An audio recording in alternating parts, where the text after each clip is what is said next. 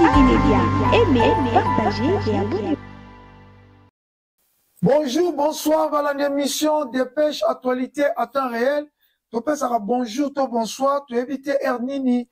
Aux autres, on a émission dans Dépêche Actualité à temps réel. Dépêche est présenté dans la mission Noka, aspect spirituel, Bopeto, Nanzoto, Pena Molim.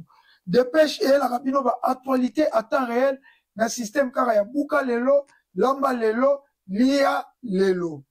Dans Dépêche à Lelo, tu vas parler, Bitumba, Oeza, Kalate Kobanda entre Vital Kamerhe et Nicolas Kazadi. Vital Kamerhe actuellement président de l'Assemblée nationale, Nicolas Kazadi ministre sortant.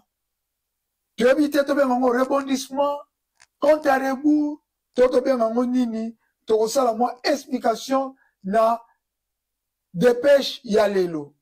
Tu as dit dans la Dépêche Yalelo, tu as dit moi si mamouké, Vital Kamerhe na président Félix.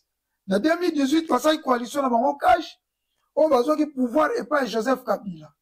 Président Félix a tout Vital Kamerhe et là, on a kokina sala, on a sepeli ça, peuple oyo congolais. Vital Kamerhe a une idée à 100 jours. Bon, et bima qui va millions de millions. On va tomber sur des moutons, ma maison préfabriquée. Marguerite va sur des moutons, on va tomber et tiens les sous salité dans la ville à Kinshasa.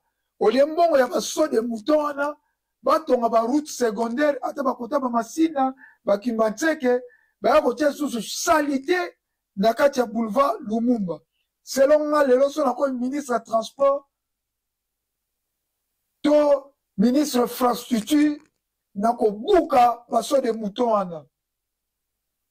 Mais si j'ai tué nango lelo ezali wana te, si j'ai tué nango ya compte à rebout to rebondissement Tonini. Tout le monde a dit so de moutons Vital Kamerhe bakanga kepo a détourné qui aïba ki mbongo ya so de moutons, voire même juge Yani a kufa na procès wana atika famille na moi si na bana likolo ya procès wana. Vital Kamerhe azalaka condamné à 20 ans de prison à ke makala a umela ki na makala te 3 mois 4 mois à ke centre nganda. Asali une année, Vital Kamerhe Abimi, président Félix Alobi, c'est un homme honnête. Malamo va nommer ministre de l'économie, ou le peuple a sepé la kati. Lelo Vital Kamerhe, dans l'Union sacrée, a commis président, il y a Assemblée nationale. Pourquoi tu as l'émission? Parce que Vital Kamerhe a préparé une commission spéciale pour poursuivre Nicolas Kazadi. Pourquoi à poursuivre Nicolas Kazadi? Parce que Nicolas Kazadi a témoigné contre Vital Kamerhe le procès il y a 100 jours. Alors, le sali que Yemoutou a témoigné contre Vital Kamerhe Moïbi, Yemoko a yibi 400 millions Nangobila, 400 millions Bayibi, et Zalim Bongo y a forage. Mongo yaba lampadaire yemoka lobaki ke mobila ma facture ezaka ya lampadaire moko na 1500 mobila na facture à 5000 mongo ebima en urgence sans contrôle baso de forage moko à 300 000 au forage moko va coûter 20 000 plus de 400 millions détournés. Dans ça qui est mission, on va la dépêche à temps réel. Dans ça qui est analyse, dans le que 400 millions au Nicolas Kazadi a détourné dans Mobila. Et qu'on y somba 16 drones en Kishi, nouveau modèle na Turquie. Pour drone moko yasika, et ça a valé il y a 25 millions. 400 millions détournés et qu'on y formé à peu près 20 bataillons. Pour réussir sa guerre. 400 millions détournés et qu'on a 200 km de route parce que 1 km est à 2 millions. Mais les lots sont allés à Kinshasa, Banzele Zate, na Kasaï, Banzele Zate, l'Équateur, Banzele Zate, dans la province et tout, la route nationale, Banzele Zate, mais Nicolas Kazadi a détourné 400 millions sans inquiéter, sans poursuivre, sans justice. Mais lelo oyo, Vital Kamerhe a organisé une commission spéciale pour poursuivre Nicolas Kazadi. Est-ce que Vital Kamerhe a salango pour mboka to compte à rebours tonine?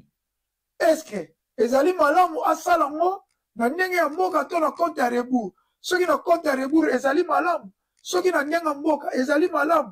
Bocha ba commentaire na bino. Commission moko eza déjà préparée. Il y a Vital Kamerhe pour la kolandela makambu. Il y a Nicolas Kazadi. Sans plus tarder, ça a été une réflexion pour que tout le monde Nicolas Kazadi a témoigné contre Vital Kamerhe. Il s'est déjà retrouvé en face d'un tel rendu et qu'il soit invité peut-être à signer un document dans le cadre de la coordination.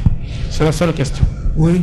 Oui, procès verbal, nous ne fonctionnions pas avec des procès verbaux. Adressez-vous au tribunal, monsieur. Mais un rapport à transmettre au directeur de cabinet, oui, certainement.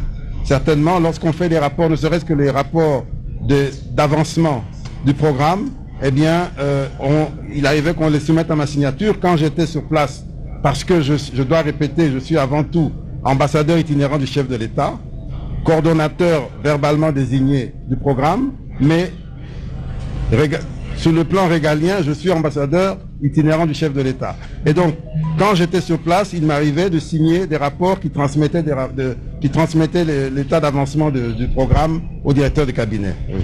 Bien, merci. Suffit, c'est tout. On n'a pas de questions. Revenez quand même, vous avez à faire une réaction. Donc, ce n'est pas une réaction, je voudrais au contraire remercier l'ambassadeur itinérant chef de l'État, Nicolas Kazadi, puisque à un moment donné, je commençais à croire que je ne reconnaissais plus l'homme qui était désigné à cause de ses qualités intellectuelles pour être coordonnateur, justement. L'affaire secoue le sommet de la présidence congolaise depuis plusieurs jours. 5 jours après l'arrestation de Vital Kamerhe, directeur de cabinet du président Tshisekedi, la justice continue de se pencher sur ce scandale des chantiers des 100 jours. Que s'est-il réellement passé? Y a-t-il eu détournement d'argent, rétrocommission, surfacturation, et pour quel montant? La justice va devoir faire toute la lumière. En attendant, un acteur de premier plan a accepté de parler à RFI. Nicolas Kazadi a été lui-même le coordonnateur de ce programme de grands travaux. Il a d'ailleurs été entendu par la justice.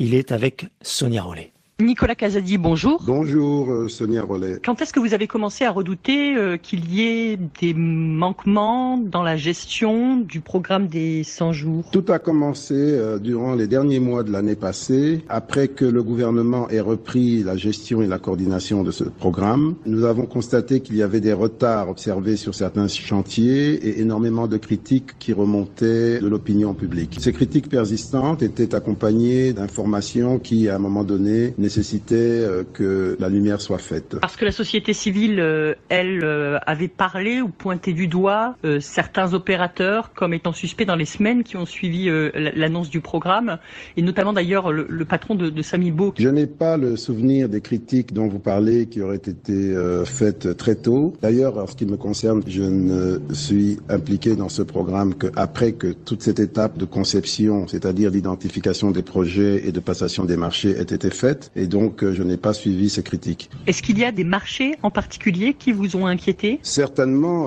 il y a quelques marchés qui ont suscité des préoccupations, qui ont été exprimées à l'époque aux personnes concernées. Mais permettez que j'évite de m'étendre là-dessus parce qu'une instruction est en cours. Justement, mais est-ce que les dossiers qui sont à l'heure actuelle devant la justice, à savoir les logements sociaux, les sauts de moutons, les infrastructures en province, est-ce que c'est vous qui avez lancé l'alerte? Lancer l'alerte n'est pas le mot qui convient. Moi, en ma qualité de coordonnateur, j'ai tout simplement, en toute responsabilité, demandé que des audits soient faits. Ce n'est pas lancer une alerte, c'est exercer ses responsabilités. Cela dit, je ne veux pas entrer dans le détail des dossiers, laisser l'instruction se faire.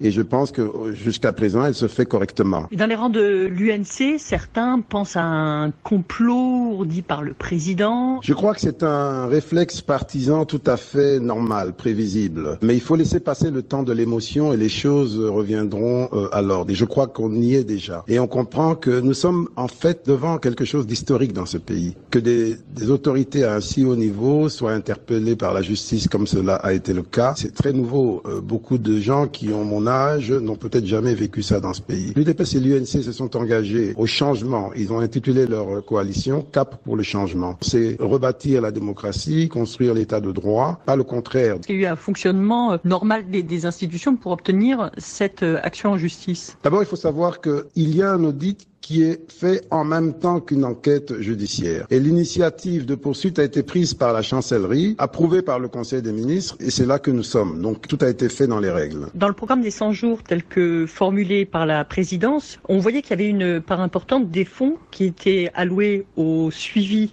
et au contrôle de la gestion du programme des 100 jours. C'est à peu près 2%. Est-ce que vous n'avez pas l'impression qu'il y a eu quand même un problème ou un échec de ce contrôle interne? Le pari qui était fait à travers l'affectation de ces ressources au contrôle était, entre autres, de redonner de la vigueur au bureau technique de contrôle qui était en état de déliquescence. Malheureusement, et là je reconnais qu'il y a une grande faiblesse, nous n'avons pas suffisamment profité de ce programme pour allouer les ressources qu'il faut à ce bureau technique de contrôle et le doter en capacité. Donc ce contrôle n'a pas été au niveau qu'il aurait pu être. Mais une bonne partie du contrôle devait se faire en amont, dans la partie conception et passation des marchés, et ça relève de l'administration du ministère du Budget, notamment en ce qui concerne les marchés. Je crois que nous devons retenir que cette expérience des 100 jours nous révèle toutes les faiblesses de la chaîne de planification dans le pays. Même dans le passé, il y a tellement de projets qui, dans l'histoire de ce pays, ont coûté beaucoup plus qu'ils ne devraient coûter. Il faut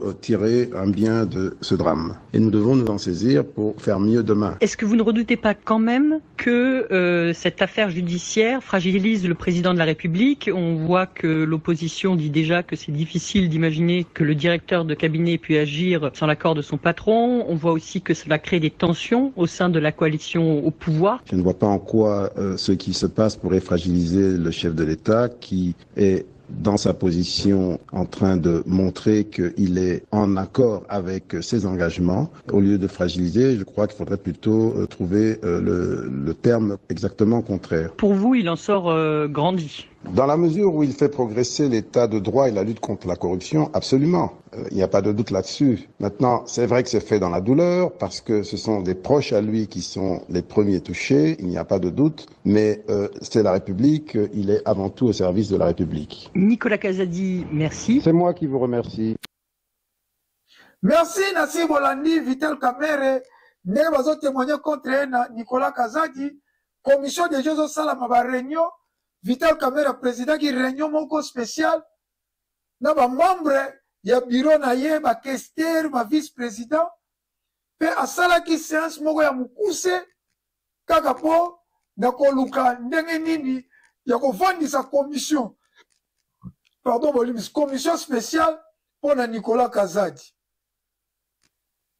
Mamou, masobele, na evite so ina lobiango bien, tokota la bitumba, ya Nicolas Kazadi, na Vital Kamere kosuka ndenge nini. Est-ce que Nicolas Kazadi a rekene na prison, na commission au Vital Kamere azo sa ele, point d'interrogation. Est-ce que président Félix a protégé Nicolas Kazadi, ministre sortant, point d'interrogation. Biso, attaque molobira peuple, attaque batolobela peuple, tozalana, toza kozimele, toza kotala, toeba ndenge nini likambu oyo eko suka. Merci mingi na banyo so balanda ki dépêche lelo ezalaki analyse muke pour la guerre oyo efungwami entre Vital Kamere na Nicolas Kazadi. Bobo ça na peut-être to ça mission moko kitoko.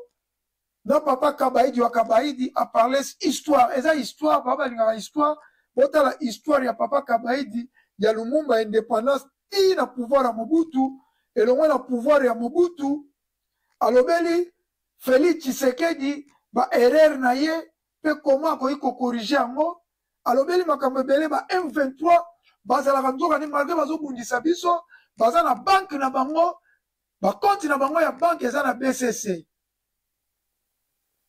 Alobeli makambo etali baarme, alobeli makambo etali koma tokoki kopengana barwandais na mboka na biso. Félix akoki kosala nini mpona kochasse barwandais infiltration. Alors bota l'émission wana moko na moko atire question ezali 3 émissions. Alobeli mpe ndenge nini ya dirigeaki ville ya Kinshasa, ndenge nini asisaki Kigangi, ndenge nini atiaki propriété na ville ya Kinshasa, ndenge nini alongolaki salongo oyo ya Mobutu. Alors yango toza kosenga bino bolanda émission wana ekozala mpenza malamu mingi. Mpona lelo ngala bino tokosukisa awa nasalaka 3 émissions na As TV Media. Nasalaka émission tobengi question time oyo nayambaka bainvité mpe nasalaka badirect soki situation moko eza na mboka. Question time eza na anglais, na français lobi l'air de question, na lingala ngonga ya mituna. Nasalaka mpe émission bolandi lelo dépêche, sans oublier nasalaka émission box chaotique oyo nalobelaka masano ya box. Mpona lelo nasuki awa Nzambe abatela Congo, Nzambe akamba Congo, Nzambe asunga Congo. Yo mpe moto olandinga oza na baproblème ezotungisa ya santé, tika ete que la paix du Seigneur soit avec vous et que la guérison du Seigneur t'accompagne au nom de Jésus-Christ. Nde tokutani na ba dépêche ya sima. Pona lelo, bye bye. Congo, Congo, Baseleki. Congo, Congo, Baseleki.